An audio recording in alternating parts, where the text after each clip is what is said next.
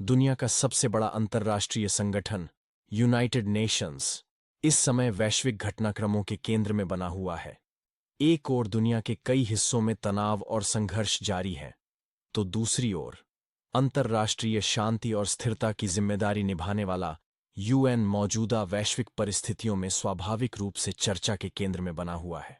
इन्हीं सवालों के बीच आज की इस रिपोर्ट में हम समझेंगे यूनाइटेड नेशंस की शुरुआत कैसे हुई, ये संगठन काम कैसे करता है, और सबसे अहम सवाल, भारत को अब तक यूएन सिक्योरिटी काउंसिल की स्थायी सदस्यता क्यों नहीं मिल पाई। यूनाइटेड नेशंस यानी यूएन दुनिया का सबसे बड़ा अंतर्राष्ट्रीय संगठन है। इसकी स्थापना साल 1945 में हुई थी, दूसरे विश्व युद्ध के बाद। उस युद्ध ने दुनिया को यह एहसास कराया कि अगर देशों के बीच संवाद का साझा मंच नहीं होगा तो टकराव और विनाश को रोकना मुश्किल हो जाएगा। इसी सोच से यूनाइटेड नेशंस की नींव रखी गई, ताकि देश युद्ध के बजाय बातचीत का रास्ता चुने। आज यूएन में दुनिया के 193 देश सदस्य हैं। इसके प्रमुख उद्देश्य हैं अंतर्राष्ट्रीय शांति बनाए रखना, मानवाधिकारों की रक्षा करना, विकासशील देशों का सहयोग करना और जलवायु, स्वास्थ्य व गरीबी जैसे वैश्विक मुद्दों पर मिलकर समाधान तलाशना। अब सवाल उठता है, यूएन आखिर काम कैसे करता है। यूनाइटेड नेशंस किसी एक ढांचे तक सीमित नहीं है, बल्कि यह देशों के बीच संवाद और सहयोग की एक व्यापक व्यवस्था है। इसके कई अंग हैं, लेकिन दो सबसे महत्वपूर्ण, जनरल असेंबली और सिक्योरिटी काउंसिल। जनरल असेंबली यानी महासभा यूएन का सबसे प्रतिनिधि मंच है। यहाँ हर देश की आवाज बराबर होती है, चाहे देश बड़ा हो या छोटा। महासभा में वैश्विक मुद्दों पर चर्चा होती है, प्रस्ताव रखे जाते हैं और अंतर्राष्ट्रीय राय बनती है। हालांकि यहाँ लिए गए फैसले कानूनी रूप से बाध्यकारी नहीं होते। यूनाइटेड नेशंस की निर्णयात्मक शक्ति का केंद्र यूएन सिक्योरिटी काउंसिल को माना जाता है। युद्ध, शांति और अंतर्राष्ट्रीय हस्तक्षेप से जुड़े अहम फैसले यहीं लिए जाते हैं, जैसे प्रतिबंध लगाना, शांति सेना भेजना या किसी संकट पर संयुक्त कार्रवाई तय करना। सिक्योरिटी काउंसिल में कुल 15 सदस्य होते हैं।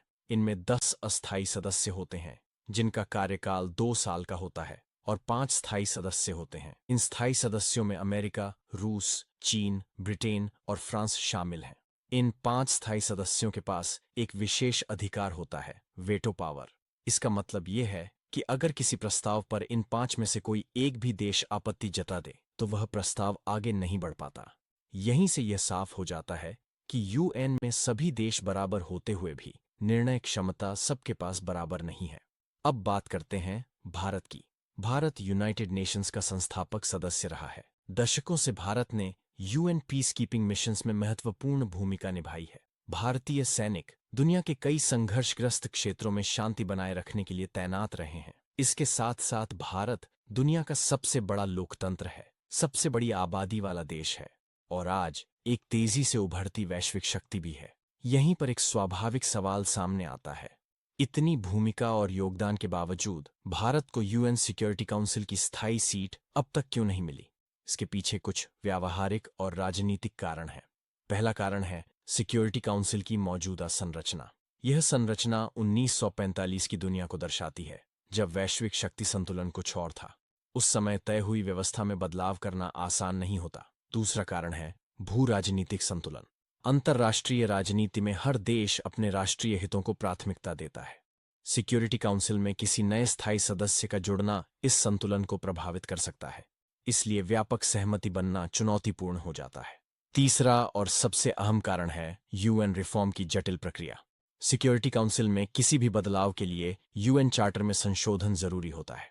इसके लिए जनरल असेंबली में व्यापक समर्थन चाहिए और साथ ही सभी 5 स्थायी सदस्यों की सहमति भी आवश्यक होती है। यानी जिनके पास सबसे ज्यादा शक्ति है, अंतिम मंजूरी भी उन्हीं के हाथ में होती है। ये कहना भी सही नहीं होगा कि यूनाइटेड नेशंस की भूमिका समाप्त हो चुकी है। यूएन आज भी देशों के बीच संवाद और सहयोग का सबसे व्यापक वैश्विक मंच बना हुआ है। यहाँ मतभेद सामने आते हैं, चर्चा होती है और कई बार टकराव को बातचीत के जरिए संभालने की कोशिश की जाती है। हाँ, तेजी से बदलती दुनिया में इसकी निर्णय प्रक्रिया कभी कभी धीमी महसूस हो सकती है। भारत ने इस वास्तविकता को समझते हुए एक दीर्घकालिक रणनीति अपनाई है। केवल स्थायी सीट की मांग तक सीमित रहने के बजाय भारत ने G20 जैसे मंचों पर नेतृत्व किया है, ब्रिक्स में सक्रिय भूमिका निभाई है और ग्लोबल साउथ की आवाज को अंतर्राष्ट्रीय स्तर पर मजबूती से उठाया है। यह दिखाता है कि भारत वैश्विक भूमिका निभाने के लिए औपचारिक पदों से आगे भी सोच रहा है। आज चर्चा का केंद्र यह नहीं है कि भारत योग्य है या नहीं, बल्कि यह है कि क्या अंतर्राष्ट्रीय संस्थाएं बदलती वैश्विक वास्तविकताओं के अनुरूप खुद को समय के साथ ढाल पा रही हैं। यूनाइटेड नेशंस का गठन संवाद और सहयोग के लिए हुआ था, और आज जब वैश्विक चुनौतियां पहले से कहीं ज्यादा जटिल हो चुकी हैं, यूएन की भूमिका भी उतनी ही महत्वपूर्ण बनी हुई है। भारत की स्थायी सदस्यता का मुद्दा इसी व्यापक वैश्विक विमर्श का एक अहम हिस्सा है। आप इस विषय पर क्या सोचते हैं? क्या यूएन सिक्योरिटी काउंसिल में सुधार का समय आ चुका है? अपनी राय कमेंट में जरूर लिखिए।